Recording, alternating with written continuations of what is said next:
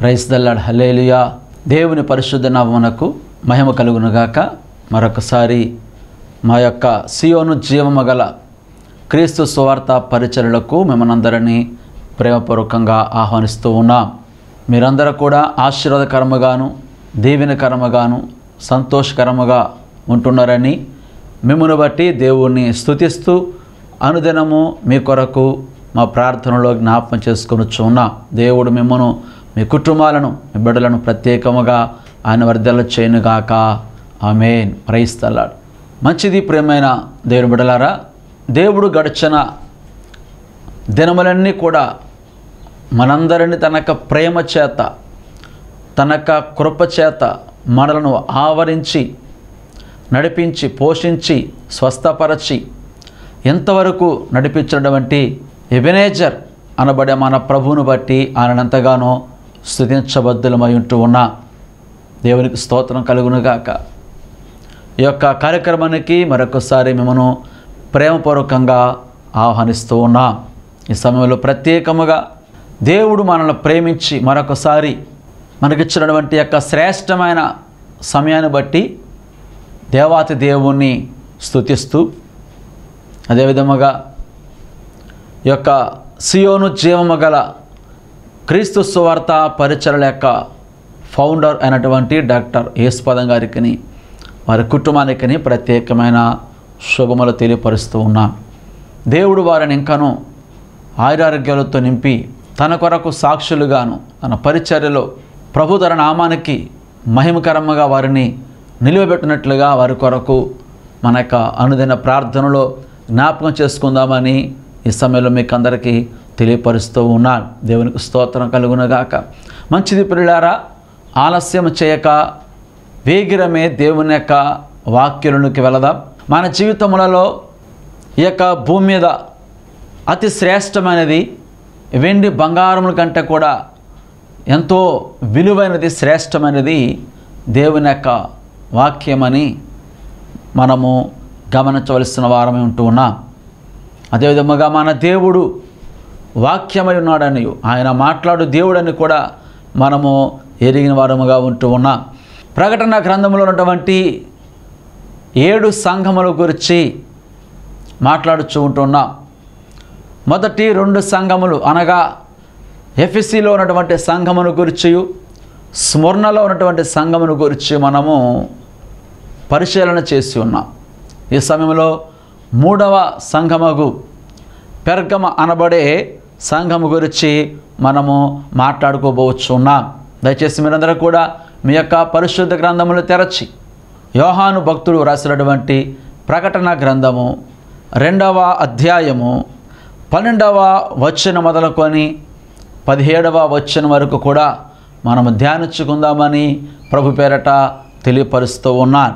చూడండి, ఇక్కడ అంటున్నాడు కదా, పెర్గములో ఉన్న సంఘపు దూతకు ఇలాగు వ్రాయము, వాడి అయిన 2 అంచులు గల ఖడ్గము గలవాడు చెప్పు సంగతులు ఏవనగా, సాతాను సింహాసనం ఉన్న స్థలములో నీవు కాపురమున్నావని నేను ఎరుగుదును.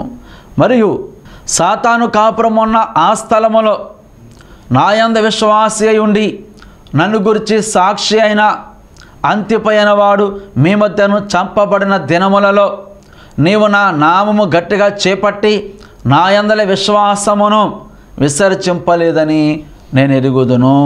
దేవునికి స్తోత్రం కలుగునుగాక. ప్రార్థన చేద్దామండి. పరిశుద్ధుడా, ప్రేమగల మా తండ్రి, కృపగల మా ప్రభువా, సర్వోన్నతుడా మా ప్రభువా, మీ యొక్క ఘనమైన నామాన్ని స్తుతిస్తూ ఉన్నాం. ఈ సమయంలో ఏమైతే తండ్రి దేవా నీ యొక్క వాక్యముల నుంచి చదివి మేము ధ్యానించబోచున్నాము ప్రభువా, మాకు వినబడుచున్నది మనుషుని యొక్క మాటలే కానీ ఈ మాటలు మానవ సంబంధితమైన మాటలు కాదు ప్రభువా, ఇవి మీ మాటలు తండ్రి. ఎందరైతే నీ మాటలు వినుచున్నారో అట్టవారందరూ ప్రభువా మీరు దర్శించి మాట్లాడి బలపరిచి కృప చూపించమని యేసు పరిశుద్ధ నామమున అడుగుచున్నాము తండ్రి. ఆమేన్. ఆమేన్. స్తోత్ర. Praise the lord.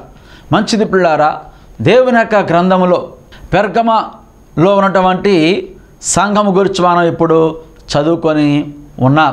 అయితే చూడండి, మరి ఆధ్యాత్మికముగా ఆ యొక్క విషయములను మనం ధ్యానించుకునే ముందుగా భౌతికపరముగా ఆ సంఘం యొక్క భౌతిక పరిస్థితులు లేక ఆ పట్టణం యొక్క భౌతిక పరిస్థితులు ఏ విధముగా ఉండేవో కూడా మనము చరిత్రను కూడా జ్ఞాపకం చేసుకోవలసిన వారమై ఉన్నాం.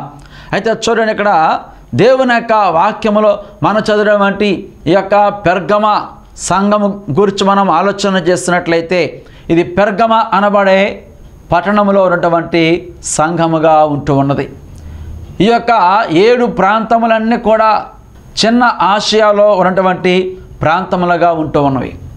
మరి ముఖ్యంగా పెర్గము అనబడే మాటకు అర్థము మనము చూసినట్లయితే దుర్గము అనేటువంటి భావము వస్తూ ఉంటుంది, అనగా కోట అని కూడా అర్థం వస్తూ ఉంటుంది.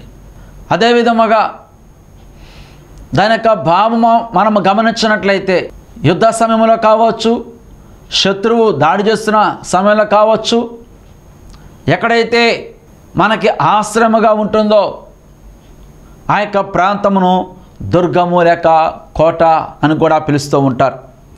చూడండి, యొక్క భాగములు మనం గమనించినట్లయితే ఈ యొక్క పెర్గమ అనబడే ప్రాంతము చిన్న ఆసియాలోని పడమటి భాగమున ఉంటూ ఉండేది. ఆ ప్రాంతమంతటికి కూడా ముఖ్య పట్టణముగా ఉంటూ మూసి అనబడే ప్రాంతానికి కేంద్ర బిందువుగా ఉంటూ ఉన్నది. అంత మాత్రమే కాదు, ఈ యొక్క పట్టణము సముద్ర తీరమునకు 20 మైళ్ళ ఎత్తులో ఉన్నప్పటికీ కూడా నదీ తీరమున ఉంటూ ఉండేది. ఈ యొక్క పట్టణం యొక్క స్థితిని మనం గమనించినట్లయితే క్రీస్తు శకమునకు పూర్వము 3వ శతాబ్దములో మనము గమనించినట్లయితే చిన్న ఆసియాలోని పడమటి భాగమునకి ప్రాంతము రాజధానిగా ఉంటూ ఉండేది. అదేవిధముగా క్రీస్తుకు పూర్వము 133వ సంవత్సరములో ఈ యొక్క ప్రాంతమంతా కూడా రోమా ప్రజల యొక్క స్వాధీనంలోనికి వెళ్ళిపోయినట్లుగా చరిత్ర తెలియపరుస్తూ ఉన్నాడు. కాబట్టి వారికైనా కూడా అది రాజధాని పట్టణముగా ఉంటూ ఉండేది. ఇంకా మనం గమనించినట్లయితే ఆ దినములలో పుస్తక భాండాగారం అనగా లైబ్రరీ ఎక్కడా కూడా ఉండేది కాదు, కానీ ఈ యొక్క ప్రాంతంలోనే ప్రప్రథమముగా అది స్థాపించబడి ఉన్నది. ఆ తర్వాత రోమీలు ఆ యొక్క లైబ్రరీని అలెగ్జాంద్రియా అనబడే వారి యొక్క ప్రాంతంలోనికి తీసుకొని వెళ్ళినట్లుగా చరిత్ర తెలియపరుస్తూ ఉంది. అంత మాత్రమే కాదు, కానీ మరి ఆ యొక్క దినములలో చర్మపు కాగితముల మీద వ్రాసేవారు. ఆ విధముగా వ్రాయటము ఈ యొక్క పెర్గమ అనబడే పట్టణంలోనే ప్రారంభమైనది. అందుకే అపోస్తలుడైన పౌలు తిమోతికి లేఖ వ్రాస్తూ 2వ తిమోతి పత్రిక 4వ అధ్యాయము 13వ వచనములో ఆ యొక్క విషయాన్ని తిమోతికి ఆయన జ్ఞాపం చేస్తూ ఉన్నాడు. వాటిని తీసుకొని రమ్మని తన యొక్క లేఖలో తెలియపరుస్తూ ఉన్నాడు. దేవునికి స్తోత్రం కలుగును గాక. కాబట్టి చూడండి, ఇక్కడ ఈ యొక్క పట్టణం యొక్క పరిస్థితిని మనం గమనించినట్లయితే దేవుడు యొక్క పట్టణంతో మాట్లాడుచున్నాడు కదా. 12వ వచనం మనం చదివినట్లయితే పెర్గములో ఉన్న సంఘపు దూతకు ఇలాగూ వ్రాయము, వాడి అయిన 2 అంచులు గల ఖడ్గము గలవాడు చెప్పు సంగతులేవనగా. దేవునికి స్తోత్రం కలుగునగాక. అనగా చూడండి, ఇక్కడ ఈ యొక్క సంగమ విషయంలో ఖడ్గమును అనబడే మాటను దేవుడు ఎక్కువగా ఉపయోగిస్తూ ఉన్నాడు. ప్రారంభములోను చివరిగా కూడా ఆ యొక్క మాటను ఉపయోగిస్తూ ఉన్నాడు. అనగా దినములలో ఆ ప్రాంతములో ప్రాముఖ్యముగా ఎవరైతే నేరం చేస్తూ ఉండేవారో వారిని ఎక్కువగా శిరచ్ఛేదనం చేస్తూ ఉండేవారు. ఆ విషయంలో వారు ఖడ్గమును ఉపయోగిస్తూ ఎక్కువగా శిక్షిస్తూ ఉండేవారు. కాబట్టి అందునిమిత్తమే ఆ ఖడ్గమును చూపిస్తూ ఆ ఖడ్గముతో పోలుస్తూ దేవుని యొక్క వాక్యమును వారితో దేవుడు ప్రత్యేకముగా మాట్లాడుచున్నాడు. అందుకే చూడండి, ఇంకా మనం గమనించినట్లయితే హెబ్రీ పత్రిక 4వ అధ్యాయము 12వ వచనం చదివినట్లయితే, ఎందుకనగా దేవుని వాక్యము సజీవమై బలము గలదై 2 అంచులు గల ఎటువంటి ఖడ్గము కంటేనో వాడిగా ఉండి ప్రాణాత్మలను కేళ్లను మూలుగాను విభజించినంత మట్టుకు దూరుచు హృదయం యొక్క తలంపులను ఆలోచనలను శోధించుచున్నది. దేవునికి స్తోత్రం కలుగునుగాక. కాబట్టి చూడండి, ఇది ఎటువంటి ఖడ్గం అంటే ఈ ప్రపంచంలో అన్ని ప్రాంతములలో కూడా ఖడ్గములు ఉంటూ ఉంటాయి, కానీ రెండు వైపులా కూడా పదును కలిగినటువంటి ఖడ్గము ఎక్కడ మనకి కనబడదు. అది కేవలము దేవుని యొక్క వాక్యం మాత్రమే అయి ఉంటూ ఉన్నది. ఆ వాక్యమట ఇక్కడ దేవుని యొక్క భక్తుడు రాస్తున్నాడు కదా, రెండొచ్చులు గల ఎటువంటి ఖడ్గము కంటేను వాడిగా ఉండి ప్రాణాత్మలను కేళ్లను మూలుగను విభజించినంత మట్టుకు దూరుచు హృదయం యొక్క తలంపులను ఆలోచనలను శోధించుచున్నది అంటూ ఉన్నాడు. అనగా ఎవరిలో అయితే పాపంతో కూడినటువంటి ఆలోచనలు తలంపులు ఉంటూ ఉంటాయో వారికి ఎప్పుడైతే యొక్క వాక్యం వెలుచు ఉంటుందో వారి యొక్క తలంపులను వారి యొక్క హృదయములను శోధిస్తూ వారిని పవిత్రులుగాను పశ్చాత్తాప కలిగిన వారుగాను మారుస్తూ ఉంటుంది ఈ యొక్క వాక్యం. దేవునికి స్తోత్రం కలుగును గాక. కాబట్టి చూడండి, ఇక్కడ ఈ యొక్క సంఘం యొక్క పరిస్థితిని మనం గమనించినట్లయితే ప్రభు చెప్తున్నారు కదా, సాతాను సింహాసనమన్న స్థలములో నీవు కాపురం ఉన్నావని నేను ఎరుగుదును. మరియు సాతాను కాపురం అన్న ఆ స్థలములో నా యందు విశ్వాసి అయి ఉండి నన్ను గురించి సాక్షి అయిన అంత్యపైన వాడు మీ మధ్యను చంపబడిన దినములలో నీవు నా నామము గట్టిగా చేపట్టి నా యందలి విశ్వాసమును విసర్జింపలేదని నేను ఎరుగుదును అని అన్నాడు. చూడండి ప్రియమైన దేవుని బిడ్డలారా, ఈ యొక్క సంఘం యొక్క పరిస్థితిని మనం గమనించినట్లయితే అలా అంటున్నాడు కదా, సాతాను కాపురం అన్న స్థలములో, సాతాను యొక్క సింహాసనం ఉన్నటువంటి స్థలములో మీరు కాపురం ఉన్నారని నేను ఎరిగి ఉన్నాను అంటూ ఉన్నాడు. అనగా ఆ యొక్క పెర్గమ అనబడినటువంటి ప్రాంతంలో మనం గమనించినట్లయితే ద్యుపతి, దేమేత్రి, అదేవిధముగా వైద్య దేవత అనబడే మూడు ఆ గ్రీకుల యొక్క దేవతలకు ప్రధాన ఆలయాలు ఉంటూ ఉండేవి. కాబట్టి వాటి యొక్క ప్రాబల్యము, వాటి యొక్క ప్రభావము ఎక్కువగా ఉంటూ ఉండేది.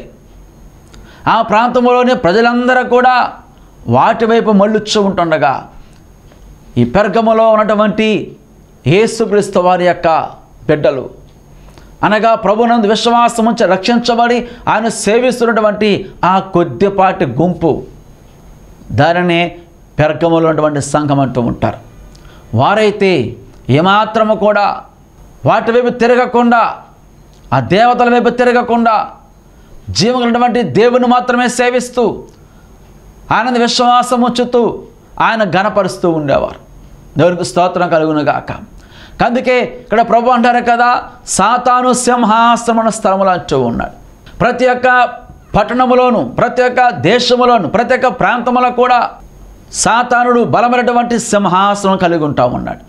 అయితే దేవుని యొక్క బిడ్డలమ్మగా మన ప్రభునందు విశ్వాసములో మనము వెనకంచు వేయకుండా, ఈ లోకం వైపు కాకుండా, అపవాద వైపు కాకుండా దేవుని వైపు మాత్రమే మనము చూస్తూ ప్రభుని సేవిస్తూ ముందుకు సాగిపోవలస్తున్నదని ఈ సంఘం యొక్క ఉద్దేశముగా మనకి కనబడుచు ఉన్నది. దేవునికి స్తోత్రం కలుగును గాక. అంత మాత్రమే కాదు, కానీ ఇక్కడ ప్రభు అన్నారు కదా, అంత్యపోయిన వాడు చంపబడి ఉన్నాడని చెప్తా ఉన్నాడు. అనగా చూడండి, ఆ యొక్క వ్యక్తిని గురించి మనము ఆలోచన చేసినట్లయితే ఈ యొక్క అంత్యపై అనబడే ఈ యొక్క వ్యక్తి ఈ యొక్క పెర్గములో ఉన్నటువంటి సంఘానికి కాపరిగాను బిషప్గా ఉంటూ ఉన్నాడు. ఆయన వీరిని దేవుని తట్టు నడిపిస్తున్నాడు కాబట్టి, దేవుని యొక్క వాక్యం బోధిస్తున్నాడు కాబట్టి ఆయనను శరచ్ఛేదన చేసినట్లుగా, అనగా చంపివేసినట్లుగా చరిత్ర మనం తెలియపరుస్తున్నాడు. చూడండి, ఆ సంఘానికి కాపరి లేకుండా చేసినట్లయితే ఈ సంఘం అంతా కూడా చెల్లా చెదిరిపోతూ ఉంటారు. వారు కూడా ప్రార్థించకుండా, కూడుకోనకుండా, ఆరాధన చేయకుండా మానవేస్తారనే ఉద్దేశంతో మొట్టమొదటిగా ఆ సంఘ కాపరిని వారు హతమార్చినట్లుగా చరిత్ర మనకు తెలియపరుస్తుంది. చూడండి, ఇక్కడ ప్రభువారిని మెచ్చుకుంటున్నాడు కదా, సంఘ కాపరి లేకపోయినప్పటికీ ఆ సంఘమట ఎంతో విశ్వాసమును విడిచిపెట్టక, లోకం వైపు చూడకుండా, మనుషులకు భయపడకుండా, అక్కడ ఉన్నటువంటి పరిస్థితులకు భయపడకుండా ఆ యొక్క గడ్డు పరిస్థితుల్లో ఉన్నప్పటికీ కూడా వారు దేవుడిని విడిచిపెట్టకుండా ఆ యొక్క విశ్వాసములో వెనకబడిపోకుండా వారు విశ్వాసమును గట్టిగా పట్టుకొనొచ్చు వారు కూడుకొని దేవుణ్ణి ఆరాధిస్తూ ఉండేవారట. దేవునికి స్తోత్రం కలుగును గాక. ఎంతో చక్కటి అనుభవాన్ని ఆ యొక్క సంఘం మనకి నేర్పిస్తూ ఉన్నది. దేవునికి స్తోత్రం కలుగును గాక. ఈ యొక్క ప్రాంతంలో ఉన్నటువంటి మరి సేవకుడు అక్కడ అతను లేకపోయినప్పటికీ కూడా వారు ప్రభువుని విశ్వాసం ఉంచి ఆ యొక్క విశ్వాసంలో కొనసాగుతున్నారు. అయితే ఇక్కడ ప్రభు అంటున్నారు కదా, 14 వచనం గమనించినట్లయితే, అయినను నేను నీ మీద కొన్ని తప్పిదములు మోపవలసి ఉన్నది. అవేవనగా విగ్రహములకు బలి ఇచ్చిన వాటిని తినట్లును, జారత్వము చేయనట్లును, ఇశ్రాయేలీయులకు ఉరియొట్టుమని బాలాకునకు నేర్పిన బిలాము బోధను అనుసరించువారు నీలో ఉన్నారు అంటూ ఉన్నాడు. దేవునికి స్తోత్రం కలుగును గాక. చూడండి ప్రియమైన దేవుని బిడ్డలారా, మొట్టమొదటిగా వారైతే కాపరి లేకపోయినప్పటికీ కూడా సంఘము కూడుకొని ప్రభువుని సేవిస్తూ ఉన్నది, ఆరాధిస్తూ ఉన్నది. ఎంతో మంచి విషయము, ఎంతో చక్కటి విశ్వాసము వారిలో మనము కనుగొనవచ్చును. ఈనాడు మనం గమనించినట్లయితే కాపరు ఉన్నప్పటికీ కూడా ఆ కాపరు బోధించినప్పటికీ, ఖండించినప్పటికీ, బుద్ధి చెప్పినప్పటికీ కూడా మార్పు చెందిన పరిస్థితులలో అనేక మంది ఉంటూ ఉన్నారు. వారిని చూచి మనము ఎంతో నేర్చుకొనవలసి ఉన్నది. చూడండి, మానవ రీతిగా ఆ విధముగా ఉంటున్నప్పటికీ కూడా ప్రభు వారితో ఉన్నారు కదా, అయినప్పటికీ కూడా నేరు నీ మీద తప్పిదములు మోపవలస్తున్నది. ఏమిటా తప్పిదములు అనగా, అక్కడ అన్నాడు కదా, విగ్రహములకు బలి ఇచ్చిన వాటిని తినట్లును, జారత్వము చేయనట్లును, ఇశ్రాయేలులకు ఉరియొడ్డమని బాలాకునకు నేర్పిన బిలాము బోధను అనుసరించేవారు మీలో ఉన్నారు. దేవునికి స్తోత్రం కలుగును గాక. చూడండి, వారు దేవుని సన్నిధికి వస్తున్నప్పటికీ కూడా బయటకు వెళ్ళిపోయిన తర్వాత ఏమాత్రం కూడా నిష్ట లేకుండా అన్నీ తినచ్చు, త్రాగొచ్చు, ఆ యొక్క బాలాకి యొక్క బోధను అనుసరించేవారుగా ఉంటూ ఉన్నారు. ఇక్కడ మనం గమనించినట్లయితే మోయాబు రాజు ప్రవక్త అయినటువంటి బిలాముతో అంటున్నాడు కదా, ఇశ్రాయేలు ప్రజలను శపించము, నీకు కావలసినటువంటి ధనమును, వెలగల వస్త్రములను, వెండిని, బంగారమును ఇస్తూ ఉంటానంటూ ఉన్నాడు. అనగా వారిని శపించమని కోరుచూ ఉన్నాడు. అలాంటి బోధ మీ యొక్క సంఘములో ఉన్నది అని దేవుడు వారిని హెచ్చరిస్తున్నాడు, గద్దిస్తూ ఉన్నాడు. దేవునికి స్తోత్రం కలుగును గాక. ఈనాడు మనం గమనించినట్లయితే ఆ విధముగా ప్రార్థించేవారు కూడా కనబడుతూ ఉంటుంటారు. కొంతమందిని ద్వేషించేవారుగా ఉన్నప్పుడు వారు దీవెనకరముగా ఉండకూడదని, వారు ఆశీర్వాదకరముగా ఉండకూడదని, వారు మాకంటే కూడా ఎదగకూడదు అనేటువంటి ఉద్దేశంతో కొందరు మనుషులను ద్వేషించేవారుగా ఉంటూ ఉన్నారు. ఆయన వాక్యం సెలవిస్తుంది కదా, పరిశుద్ధ గ్రంథమంతా కూడా నీ దేవుడైన యెహోవాను నీ పూర్ణ మనస్సుతోను, నీ పూర్ణ ఆత్మతోను, నీ పూర్ణ బలముతో ప్రేమించవలను, లేక సేవించవలను.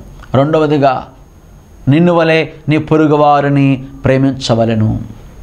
అలాంటి ప్రేమ కనబడటం లేదు అక్కడ, అలాంటి స్వభావం కనబడటం లేదు. ఆ యొక్క బిలాము బాలాకు యొక్క మధ్యలో జరిగినటువంటి యొక్క సంఘటన ఎలాగైతే ఉంటూ ఉన్నదో అటు రీతిగా ఇతరులను శపించడం వంటి స్వభావం కలిగి ఉంటామన్నారు. ఇతరుల యొక్క క్షేమం కోరని వారుగా ఉంటూ ఉన్నారు. అలాంటి బోధ మీలో ఉన్నది, మీరు అనుసరించేవారుగా ఉంటున్నారని దేవుడు వారిని గద్దిస్తూ ఉన్నాడు. వాటిని సరిచేసుకోమని ప్రభు వారితో స్పష్టంగా మాట్లాడుతూ ఉన్నాడు. ఇంకా అంటున్నాడు కదా, అటువలనే నికోలైతుల బోధన అనుసరించేవారును నీలో ఉన్నారంటూ ఉన్నాడు.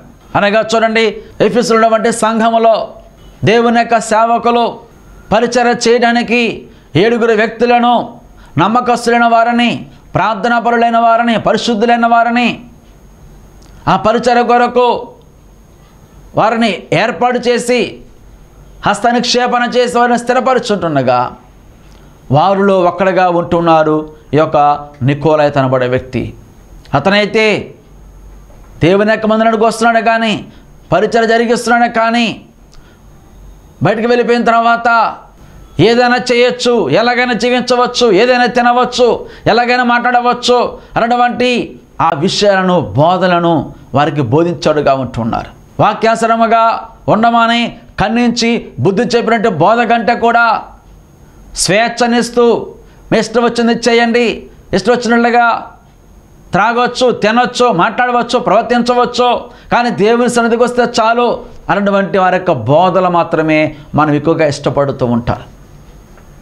నిజమైనటువంటి బోధ, సత్యమైన బోధ, ఖండించినటువంటి బోధను తప్పు చేస్తున్నావు కాబట్టి ఇదిగో మానుకొనవలను అని ఖండించినప్పుడు, గద్దించినప్పుడు ప్రజలెవరు కూడా ఇష్టపడరు, కానీ తమకి అనుకూలమైనటువంటి బోధల వైపు తిరుగుతూ ఉంటారు. కాబట్టి ఆ దినములలో ఈ నికోలాయితు అనబడేటువంటి బోధను అనుసరిస్తూ తనకు కొంతమంది శిష్యులుగా ఏర్పడి ఆయన వల్ల బోధిస్తూ ఉంటుండగా ఆ చెడు బోధకు లేక దుర్బోధకు ఈ యొక్క సంఘములో కొంతమంది వ్యక్తులు లోబడుతూ దాన్ని అనుసరిస్తున్నాడు. కాబట్టి ప్రభువారిని ఖండిస్తూ ఉన్నాడు. ఆ నికోలాయితుల బోధను అనుసరించేవారు మీలో ఉన్నారు కాబట్టి అలాంటి బోధ మీరు అనుసరించకూడదు. అందుకే అన్నాడు కదా, ఇదిగో మీరు మారు మనస్సు పొందవలను, లేనిడలా యుద్ధకు వచ్చి నా యొక్క నోట నుండి వచ్చు ఖడ్గము చేత వీరితో యుద్ధము చేసేదను. చూడండి, మొట్టమొదటిగా ఆ సంఘముతో మాట్లాడచ్చు ప్రభు అన్నారు కదా, ఖడ్గమును చూపిస్తూ మాట్లాడుతున్నాడు. అనగా వాక్యం అనబడే ఖడ్గము గురించి తెలియపరుస్తూ ఉన్నాడు. అదేవిధంగా చివరి విషయంలో కూడా మనం గమనించినట్లయితే ఆయన అంటున్నాడు కదా, మీరు మారు మనస్సు పొందవలెను, లేనట్లయితే నీ యొద్దకు త్వరగా వచ్చి నా నోట నుండి వచ్చు ఖడ్గము చేత వీరితో యుద్ధము చేసేదను. అనగా వాక్యము ద్వారా వారితో మాట్లాడేదను, వారితో యుద్ధము చేసేదను, వాక్యం ద్వారా వారిని సరిచేస్తూ ఉంటాను. స్తోత్రం కలుగును గాక.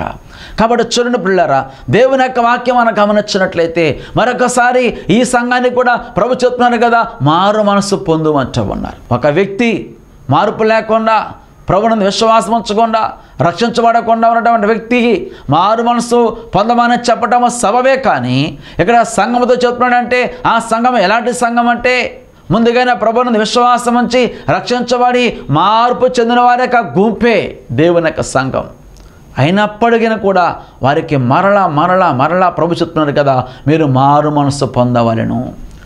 సేవకుడు లేకపోయినప్పటికీ, కాపరు లేకపోయినప్పటికీ మీరు సంఘముగా కూడుకొని ప్రార్థన చేస్తున్నారు, ఆరాధన చేస్తున్నారు, విశ్వాసంతో ముందుకు సాగుచున్నారో మంచిదే. కానీ అయినప్పటికీ మీలో ఏమైతే తప్పిదములు కనబడుచున్నాయో ఇదిగో వాటిని సరి చేసుకునవలను, వాటిని తీసివేసుకునవలను, మీరు మరలా తిరిగి మారు మనసు పొందవలను, పశ్చాత్తాపడవలను.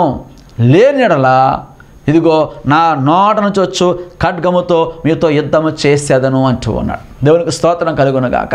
కనుక ప్రియమైన దేవుని బిడ్డలారా, ఈనాడు మరి దేవుని యొక్క సంఘములో మనము కూడా ఉంటున్నాము కాబట్టి మన సంఘము లేక మన యొక్క పరిస్థితి ఎలాగుండదో ఒకసారి మనము కూడా ఆలోచన చేయబద్దులమంటున్నాం. మనమైతే దేవుని సన్నిధికి వెళ్తున్నాను కదా, రక్షించబడి ఉన్నాను, దేవునికి కానుకలు ఇస్తూ ఉన్నాను, వాక్యం వింటూ ఉన్నాను, ఇక నేను మంచిదారిని లేక మంచివాడను, సరిపోతుందిలే, నేను పరలోక రాజ్యానికి వెళతాను అని అనుకుంటూ ఉంటాము. కానీ మనుషుల యొక్క దృష్టితో చూస్తే మనం మంచివారిగా కనబడుతూ ఉంటాం. కానీ దేవుని యొక్క దృష్టితో అనగా వాక్యం అనబడే అర్థములో మనల్ని మనం చూసుకున్నట్లయితే మనలో ఎన్నో తప్పిదములు, ఎన్నో దోషములు, ఎన్నో బలహీనతలు, ఎన్నో లోపాలు మనకి కనబడతా ఉంటాయి. దేవుని యొక్క ఆశ ఏంటంటే ఆయన తన సంఘమునట ఏమాత్రము కూడా ముడత, మచ్చ, డాగు, కళంకం ఏది కూడా లేకుండా నిర్దోషముగా తన ఎదుట నిలబెట్టుకొనవలెనని ఆయన ఆశపడుతున్నాడు.